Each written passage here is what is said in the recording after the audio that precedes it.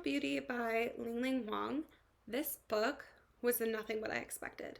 I knew it would be a commentary on like beauty standards and things like that because of the title, and also I read the little thing inside here because how like obviously I read it. And you can see I got it from the library, right? Supporting my local library, or they're supporting me, whatever. It's mutual relationship. But anyway, this book was so much more than I had anticipated and hoped, and it just really touched on not just exploitation within the beauty industry, but so many other things. And it was also a commentary on like social exploitation as well. Everyone should read this. I mean, I think everyone, but not like children. Like, it's definitely not for kids. But every adult should read this. Amazing. Amazing. And so our narrator, we never get her actual name. Eventually, her employers pressure her to choose an American name, and she chooses Anna, but we don't get her name given to her by her parents. So, to show respect to our character, I want to just refer to her as our narrator. So, our narrator's parents left China. I'm going to do my makeup ironically while we talk about this. And yeah, I kind of am like weird about like how I do my makeup. Like, I don't use a big mirror and vanity. Like, I'm sitting on my floor, but part of that's because my condo I rent is being renovated. But like, I'm not using a big mirror. I'm using my little pocket mirror that broke that I've had since high school. I don't know. If it works, it works. Anyway, so her parents left China during the Cultural Revolution, and they were piano players. So when they came to New York City, they moved, they settled in New York City. They became piano teachers in New York City, and they had their daughter, the narrator. This wasn't product. I just brushed my brows. They had her, and she grew up in a home that, didn't have a lot of money. There was a lot of, like, her needs were met, but, like, they were lower income, right? So maybe she didn't have everything she wanted, but she was taken care of. And regardless of what was lacking materially, she always felt love, and she always felt community and safety. Like, she always felt home is really important to our narrator. Like, that's recurring throughout our story. And she always really, really had a close bond and respect for her parents. And that, again, is a recurring part and significant to our story. I'm going to use my little Born This Way. I don't know why my computer camera is so blurry, whatever. But it's the Born This Way Too Faced Cold Smolder Nudes. I don't wear a lot of makeup. I just do a little bit. I'm feeling very, like, nude today. Like, I don't think I'm going to do anything to my face. Like, I obviously have, like, niacinamide serum, and I have, like, an SPF moisturizer, but I don't think I'm going to do, like, foundation or anything. Maybe. We'll see how I feel. Anyway, so our narrator has a close bond with her parents, and she is so talented at piano because she's surrounded by piano, right? When they're not teaching their students, they're teaching her, and her house is always filled with music, and the music really is a symbol of love and just love from her parents passed to her, as well as self-love, right? An expression of love, but also something very important to our narrator that also is true for her in other areas of her life, particularly beauty, is that she doesn't just focus on making things pretty. She's very much about delivering realness, delivering things that may not necessarily be pretty, but are very genuine, very raw in emotion. And yeah, so that's her niche. Beautiful, love it. It really makes her stand out from other players. That's really what gets her part of what gets her all these scholarships, right? Is her delivery is so different, and that is why. The other reason is because, spoiler alert, her later employer basically is handpicking women to exploit for his cosmetic research from a very young age. So he basically, like, when he discovered her in like her teen years, he became an anonymous sponsor for her and basically funded all this schooling for her. It gets weird, guys. It gets weird. So basically, she goes to the conservatory to study, and she has a hard time there, right? And the main reason she expresses having a hard time, there's two main reasons.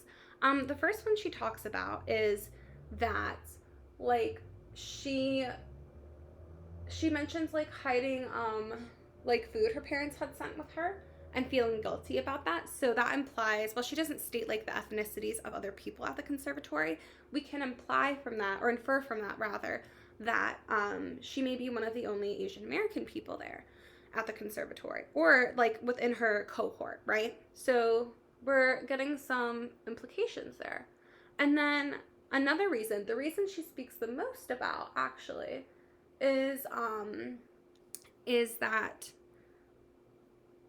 she is in a different economic status. Like, she mentions being self-conscious of her clothes, and, like, ideally she gets a stipend for being at the conservatory, and, like, she sends money home, but she, like, lies to her parents about how much money she's getting and spends a little extra on, like, new clothes instead of just, like, the repurposed clothes or secondhand clothes that she is used to buying or, like, mostly owns, right? And she feels a lot of guilt about that, particularly because her father, behind their mother's back, before she goes to the conservatory, where she's learning piano, I don't know if I said that or not, but basically, her dad pulls her to the side, and they had saved money, like, in their closet in a shoebox for, like, years and years and years, and he, like, secretly gives her the money that her parents had been hiding for years, to, like, help her get started. And so she feels, that's the fire department. So she feels, to be clear, I'm glad they're helping people. Like, I know I just made a face, but, like, they're doing a necessary job, and I appreciate them. So she feels a lot of guilt about that, particularly because, like, when her parents visit, they, one, they can't afford, like, the upfront tickets, but two, they live so far away, and they can't afford to take off for, like, every recital, right? But two, they live so far away that when they travel all the way to the conservatory, by the time they get there, the only seats left are, like, in the way back. But this becomes a point of comfort for our narrator, because she knows whenever she's playing, she can look up there and she knows they're essentially, like, looking down upon her, kind of like guardian angels. She doesn't make that analogy comparing them to angels, I don't believe, but that's what I think of the way she describes it, is she feels them guarding her. They gave her this gift of music, and now they're watching over her as she explores and grows within that gift. So, which brush do I want to use? So, there's that. But anyway, there's one day when she's just very homesick because, like, her classmates are not respectful to her, and they go into her room. They steal the only picture she has of her and her parents, and, like, they just kind of, like, you know, are not nice to her. They're really just awful. So she asks her parents to stay the night, even though, like, she knows they have to leave really late, and she feels so much guilt as she is asking them to stay, but she misses her parents, and she feels lonely, and she wants them around, right? So they agree to stay a little bit, and then they leave while she's sleeping, and she wakes up to someone knocking on her door to tell her that, unfortunately, when her parents left, it was really late, and they got into a car accident. And our narrator feels a lot of guilt with this, right? Because, of course, had they left on time, the same thing could have happened. But because she had asked them to stay, she feels like she was at fault for this. She feels the responsibility for this, which is a heavy thing to carry. And the accident does not kill her parents, but it does render them needing constant care.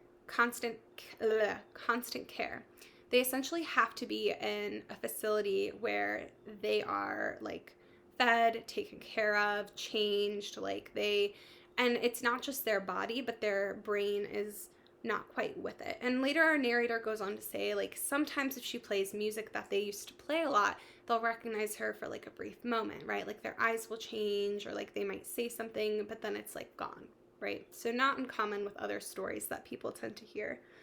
And yeah, so hard stuff. And so she can't play piano anymore because she has to be able to afford her parents' assisted living facility.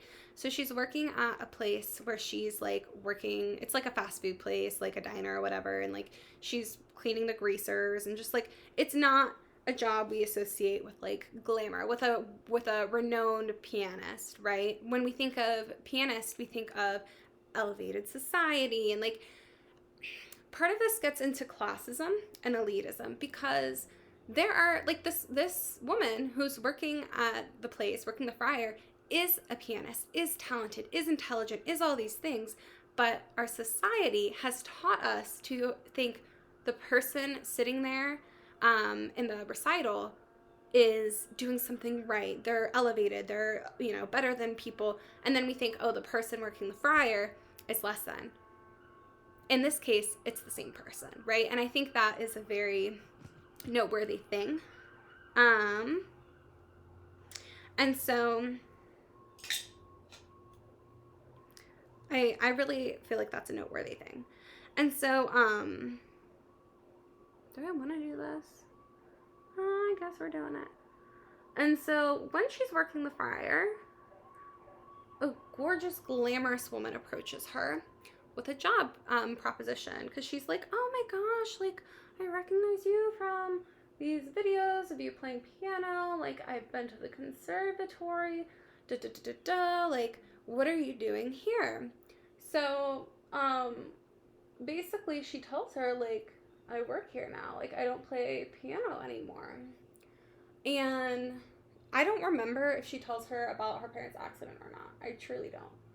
I think she doesn't go into detail, but just says, like, she has to work there to care for her parents, but I don't think she explains, like, why, because that's hella intimate, right? So, is it even? It's even enough.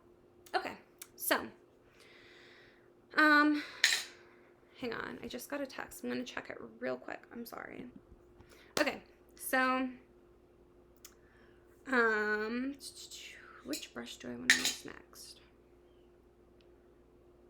Okay, so basically, she's offered this job, and it's at a store called Holistic. There's going to be a ton of spoilers, and which I already probably should have said, but whatever. So, that one's not really much of a spoiler because it's kind of crucial to understanding the general plot, but I'm going to give you spoilers. I'm deciding how much as I speak, because I want to say everything, but then I'm like, oh, what if I give some mystery, some more people read it? But then I'm like, you know what?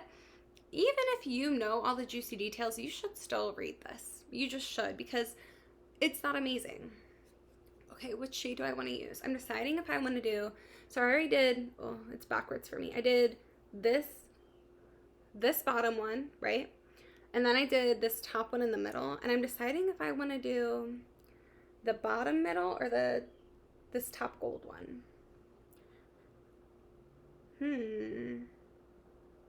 Maybe I'll do both. Maybe I'll start light and go dark. I don't know. I'm going to start with the light because I think I like that one more. Anyway. Oh, this. Okay. Oh, it doesn't come off like I thought it would. Oh, I guess it does. My lighting is just bad in here. Sorry. I'm not slandering a company. Okay. Anyway. So basically this girl kind of like awkwardly insults her because she's like, oh, you can do better than this. Come work at my beauty store. And this is a brand where you have to understand, it's like, it's not just like, I'm going to give some real world comparisons, okay? Nobody sue me. I'm not saying any of the things happening in this book are happening at other companies. Not at all saying that. I'm just giving examples of like certain elevation comparisons between companies. So, for example, there's like Ulta and Sephora, which are like accessible beauty stores for many people, right? Like anyone can go in. You don't have to be a member. A lot of people are for the coupons and stuff, but like you don't have to be there, right? Holistic is considered a store where like their whole thing is that they're like natural, blah, blah, blah, natural. Sometimes that word gets twisted. There's a lot of unnatural things happening there. Anyway, so basically, I can't think when my eyes are closed. Basically, she kind of insults her, and she's like, "Oh, let me give you this good job, do do do do do." And it's a commission-based, like, upper-end beauty store that's more like, imagine if someone was like, you can work at this upscale medical spa that is like, sure, anyone can walk into the store part, but not everyone can go to the spa part. And if you can walk into the store's part, doesn't mean you can afford anything in the store, right? And people might look at you a certain way and blah, blah, blah, okay? So that's kind of like where we're going with this. So she, our narrator, is not really a beauty person. Like, she wants to fit in with people. Well, when I say she wants to fit in with people, I don't mean as far as her appearance. I mean, like, she wants to show that, like, her clothes are, you know, nice, put together, things like that. She wants to look put together, but she's not someone who is, like, going and getting all these treatments. She does feel like, you know, within reason, people should do what they want, but she's not, like, she's not someone who is like, oh, let me get all this stuff done. Like, that's just not her vibe. And so, yeah, it's not her, which is fine. But she very much is a believer people should do what they want. So yeah, just kind of different things for different people. I'm going to pause one more time. Okay. So she basically, goes and accepts this job, and like, it seems a little weird. It's like kind of crazy because she goes in and they like automatically give her like hundreds, thousands actually, of dollars of like supplements customized to her biology and this, that, the other. Like, it's so weird. They literally have her measured and then like have like knock silkworms unconscious to like pull the silk out of them to make a tailored uniform just for her, like right there on the spot. Like, weird stuff, right? And there's like, it's just very odd, but she's like, okay, because like, you know, it's good money and it's gonna pay more than the friar job, and she's already behind on her parents' assisted living bills, and she needs to take care of her parents. Like, that's her big thing, okay? And like, or not her big thing because that minimizes it, but that's our character's motivation. So, yeah. So, sorry, I'm just looking for my stuff. So she takes the job and she's like, weird, but whatever. And like, it starts out innocent enough, and then it gets weirder and weirder as time goes on, of course. And basically, throughout the story, we're given different social critiques. So over time, the supplements, because it's gradual, she doesn't really notice it. But over time, like, she runs into an old classmate at one point, and he references like, oh, the blonde looks good on you. Our character is Asian American and is not naturally blonde. And then she looks in the mirror and she's like, oh. And then people are telling her that she's starting to look more and more like another character in the book who's described as having honey blonde ringlets. And she even notices like her hair starting to curl and like things that just don't look like her. She notices at one point her eyes change and her nose changes. And she used to look in the mirror and see like I believe she said her mother's eyes and her father's nose. I may have those switched, but like, she looks in the mirror one day and says, like, there's no trace of the inheritance, meaning her features, from her parents. And I think I really love that. Well, I really love that our author describes facial features as an inheritance, because it's very clear, right? This family, her parents didn't have money to give her, but they had love, and they give her love. And her facial features were representative of the love they had in their family. And I think that's a very powerful thing, especially in a society that, you know, in this book, everyone's changing everything. And they're changing some more than others, right? Like, she notices that she learns there are other Asian American employees at her store, you know, her coworkers, and she did not know that they had any Asian lineage because they looked like white people. So these supplements are literally making these women look like white women. And that speaks to our overall, like, beauty standards of like prioritizing white Western, blah, blah, blah, yeah, white Western, like European beauty standards over other standards, right? And yeah, and so there's like that kind of stuff.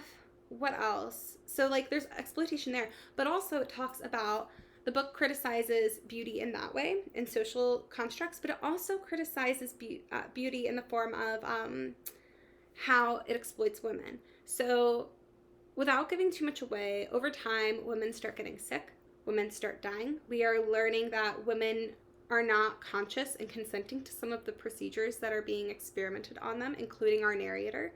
We learn that during some of these procedures, there is some sexual abuse.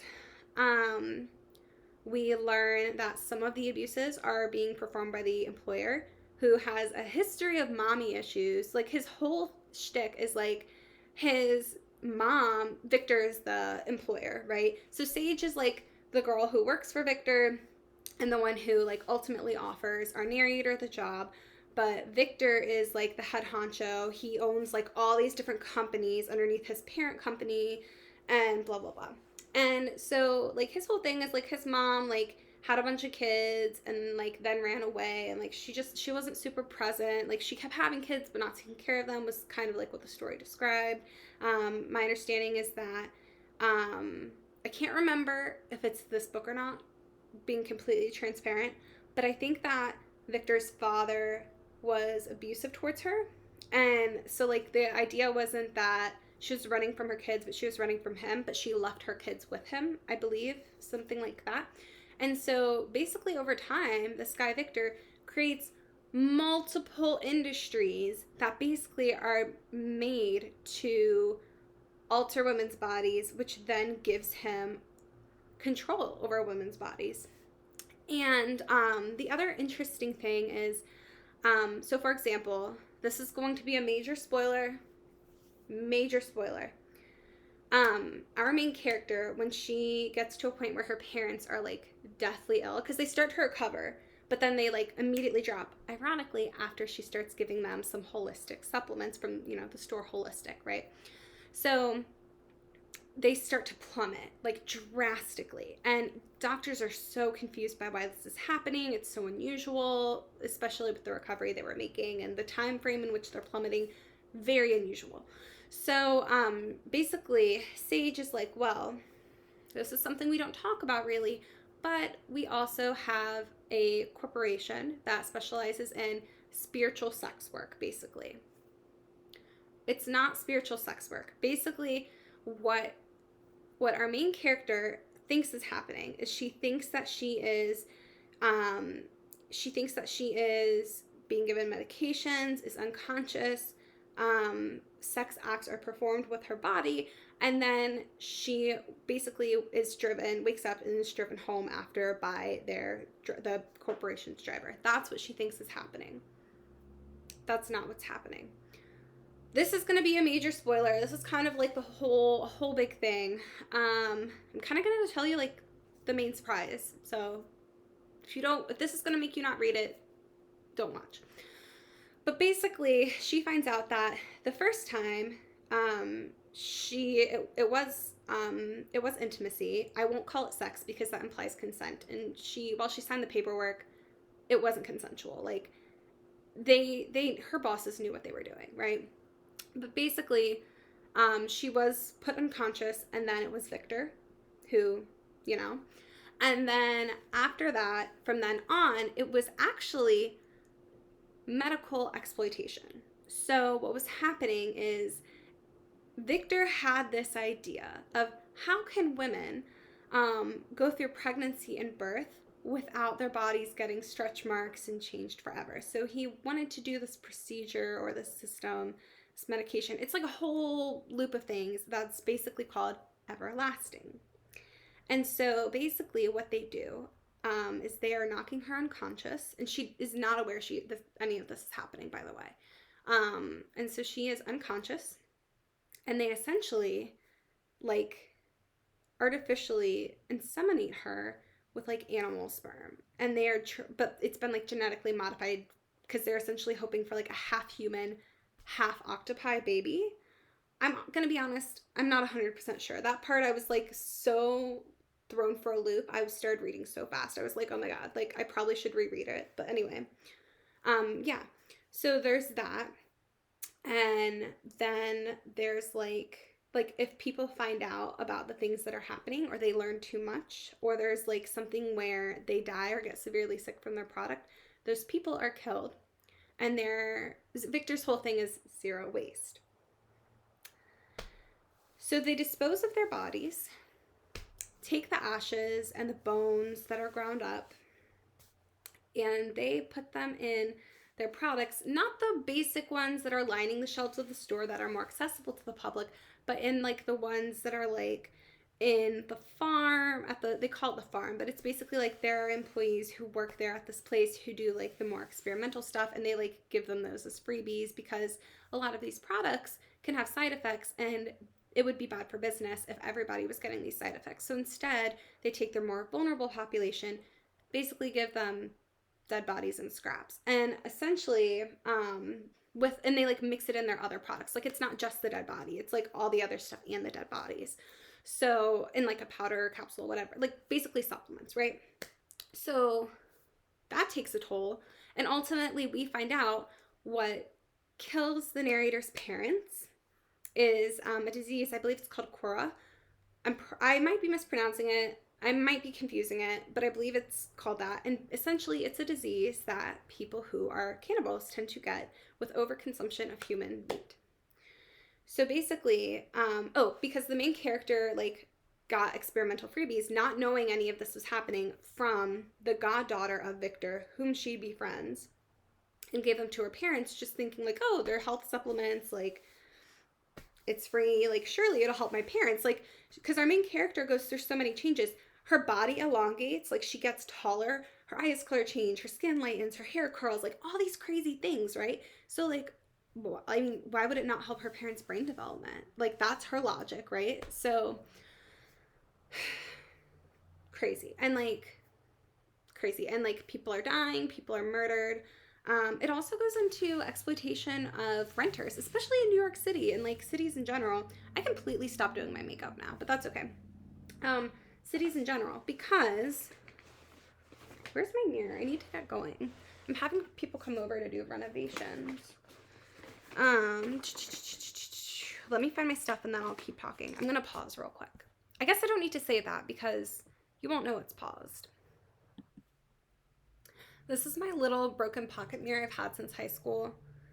I don't know why I love it, but whatever. So basically, she moves in with this girl. This is like where she's living as an adult. Like we get her childhood backstory that leads up to like why she's caring for her parents, right? And like her piano skills. We get to all that already. But basically, when she's living in New York City in a basement apartment of this girl called Alice and her boyfriend. I think his name's Charlie. I don't really know. Charlie's not very important to the story because he's really just there when to help move along Alice's temper tantrums. So I mean, you could call him anything and his purpose wouldn't change that much. We really don't engage with him a lot as readers. We just simply don't. But yeah, so basically, well, this is my mascara. So basically, she is kind of a slumlord. So they're renting out the basement to her for and they're such a steal in New York City. And I suppose it is because, let's be real, in New York City rent prices, I couldn't afford to live in New York City. And, oh no, I always get it right here, but I just decide, you know what? Let the mascara get everywhere and then I can clean it up with micellar water later. So, I have to make the face. Hang on. Okay. So basically, let me do my bottom lashes. I'm sorry. I should have paused. We're almost done. I'm actually going to pause real quick because this is not cute. Okay, so now I'm gonna do my other top lash while I'm talking, and then I'm gonna pause for my bottom because, yeah. So she gives her like a price that is essentially what I pay for my rented condo where I live, which is not New York City. So like it is cheaper than New York City, but like the shower doesn't work. So, and like she's also just a shitty roommate. So the thing is, um, she is just like kind of nasty to her. And even like when she's talking to her on the phone, she's like, "Where are you from?" And the girl's like, "New Jersey." I mean, not the girl, but like our main character's like New Jersey. And then she's like, "Where are you really from?" You know? She keeps doing stuff like that. And then she like starts to talk about sushi, and it's like, it's Japanese. That's Japanese, girl. Not the same. Like, come on. You're an adult woman. Anyway, so that's like our first introduction to her. But then like when she gets the job at Holistic, Alice is, mind you, our narrator is not super into beauty. She really just took it because she wants to make more money for her parents, right? And so Alice, who is into beauty, is like super, she like acts happy on the surface, but she's like super jealous. But then she like tries to start like making friends with her and like blah blah blah because she wants those freebies, right? She's like being, being sneaky and trying to get in. So, and like trying to get invites to like exclusive stuff, exclusive like product testings. So, not good, not good. And but even that's not the worst. She starts to get mad and like jealous because like Charlie or whatever her boyfriend's name is, I think it's Charlie. Oh, bottom lashes. Charlie starts to like ogle our main character. And our main character notes throughout the story that as she's taking these supplements and like her beauty is enhanced, or rather becomes more Europeanized, more European looking, more men start to behave in like gross ways toward her. And like even if they're not behaving, like some are overtly gross to her, but even if some aren't overtly gross to her, they like acknowledge her more. And so Charlie starts to kind of look at her more. And so that makes Alice mad. And so one day she like accuses our main character of being interested in her man. By the way, I'm like 99% sure our main character is a lesbian. Um, we'll circle back to that. So, like, girl, she's definitely, first off, she's not interested in him at all. But even, like, I don't even think she's interested in men. But our main character gets really mad and she's bitter about her job and this, the other, and she ends up punching her in the face. Girl, what? You can't just punch people in the face. And if you're that insecure about it, get rid of your man. He's so boring, I don't even remember his name. But you're punching people over him? People who pay you money? Because she, our girl Alice, is like the main tenant of the house. Our main character, whose name we never really get, who adopts the name Anna to appease her, her employers and make herself more marketable. Ugh. She is the one who basically gives Alice the money. So like, you're punching the person. First off, you don't punch people, it's nasty. Secondly, you're punching people over some boring man. Thirdly, you're punching the person paying you.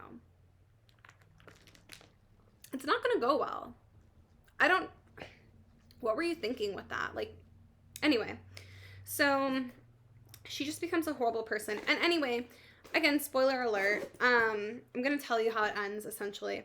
Our main character's body is forever changed and disfigured by the things that are done to her. However, she ultimately, well, before we get into that, she actually ends up like bringing down the company, bringing down well, I won't say bringing down Victor because he ends up on the run, and it is implied that he started a new like plastic surgery company under like a pseudonym. It's implied.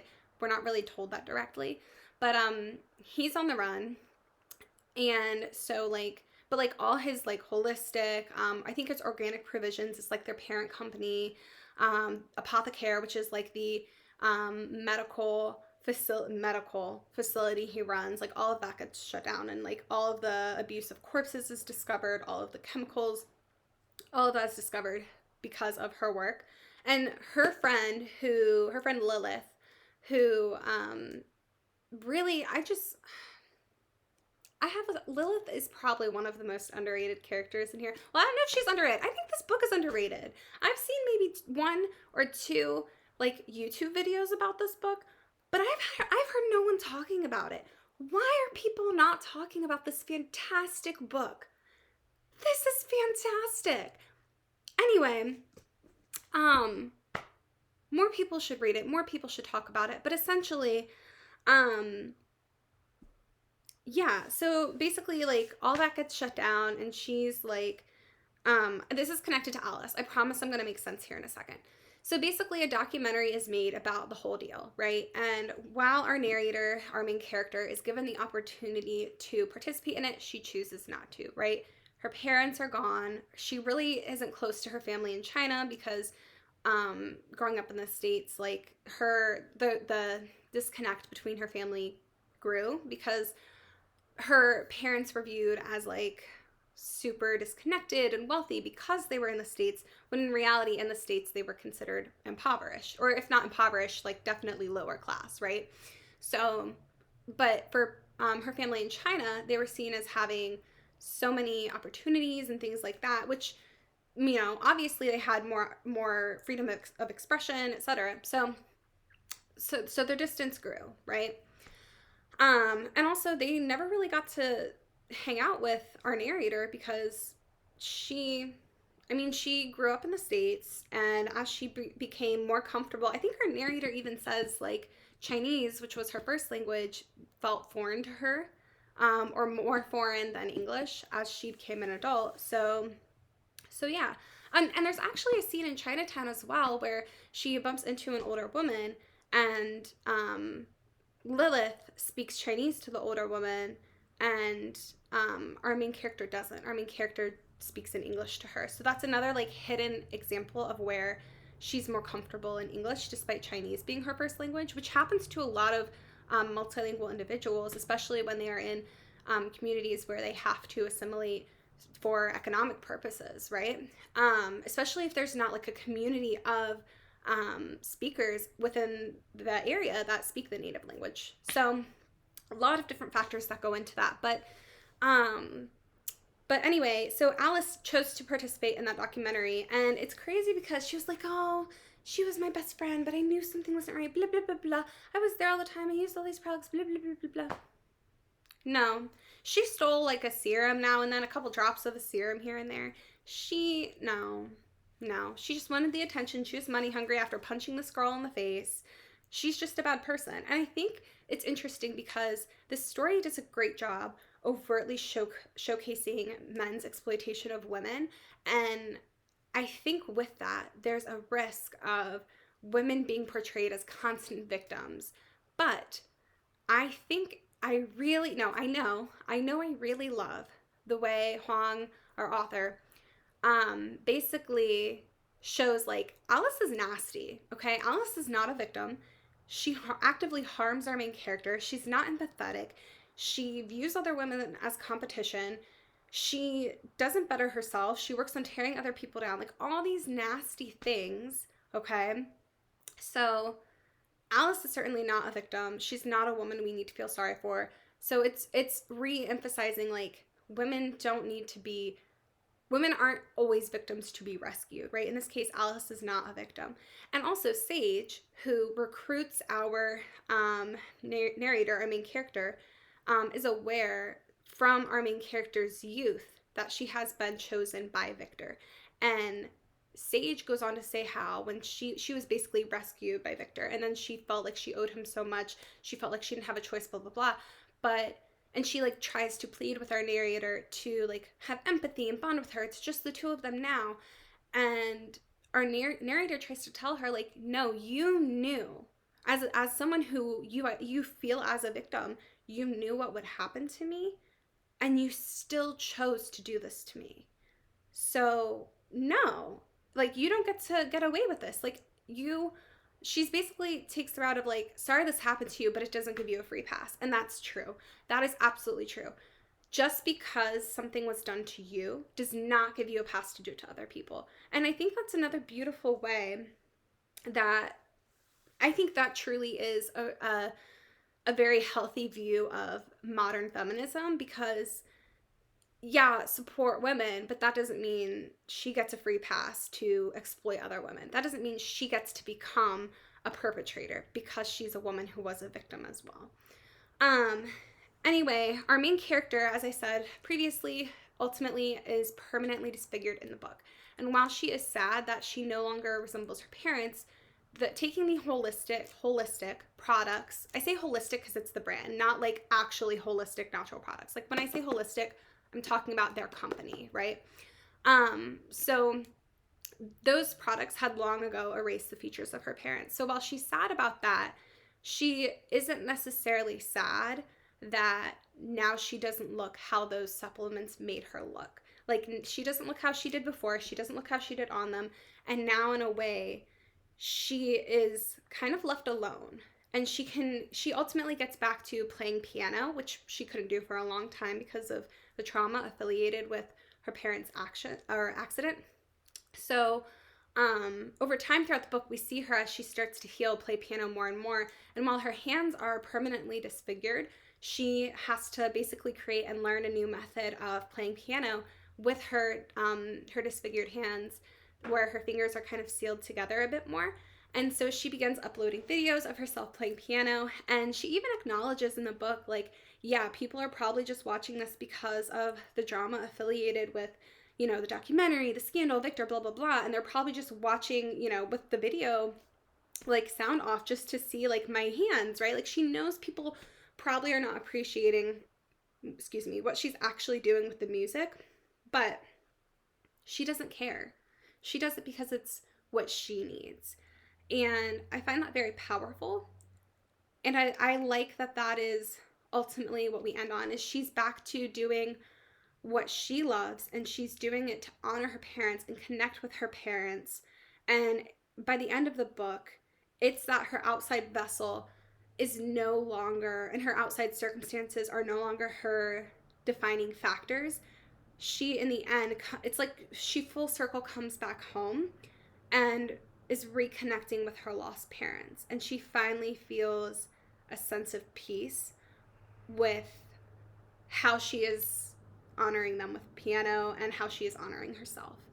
And I think that's beautiful. There's a million other things I could say about this book. There's a lot of things on my note I didn't even get to. I think I'm going to make a part 2, but yeah, for now, let's end here. You should read this. Everyone should read this. I didn't even finish my makeup, but I finished my eyes. So yeah, now my eyes are ready to read another book. Or do a deeper dive on this one, because I can't say enough positive things about it. I hope you enjoy the rest of your day.